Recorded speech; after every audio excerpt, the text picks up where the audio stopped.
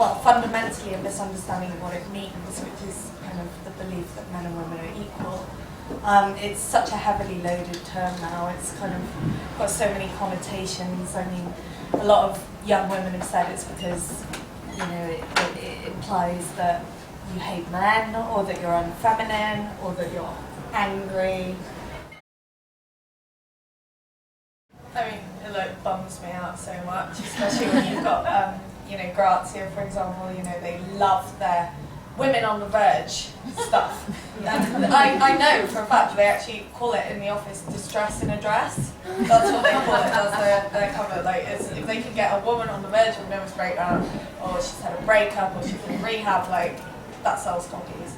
So the Jen Brad Angelina one is just the classic one that, you know, Angelina was the bad one, even though it was actually Brad who left the marriage and apparently cheated on her. But he's just the silly, dumb hunk. He can't help himself. Angelina's just this sex witch. She basically kidnapped him. And poor Jen, all alone Jen, doing yoga on the beach by herself. And I saw that a lot when I was living in America. I was living in America for the past 3 years. I just moved back. And one of the reasons I moved back was that I just felt so grossed out, to be honest, at the way abortion, contraceptive, and sex education rights are being taken away from women in states all across America. And here we don't see that so much, but you do see that in the cuts that the government made for women, how women are just basically being kicked in the face. I struggle to see how you can separate the fashion industry from the fashion media. It seems to me like they work very, very closely together, and often for the same aims. I mean, credit where credit's due, as Rhiannon said about Alexander Shulman and stuff for British Vogue. They're obviously working towards more positive stuff. Personally, I'm still very suspicious about fashion media. You should make it for you. Being a woman can be really fun, and having fun with fashion is part of it.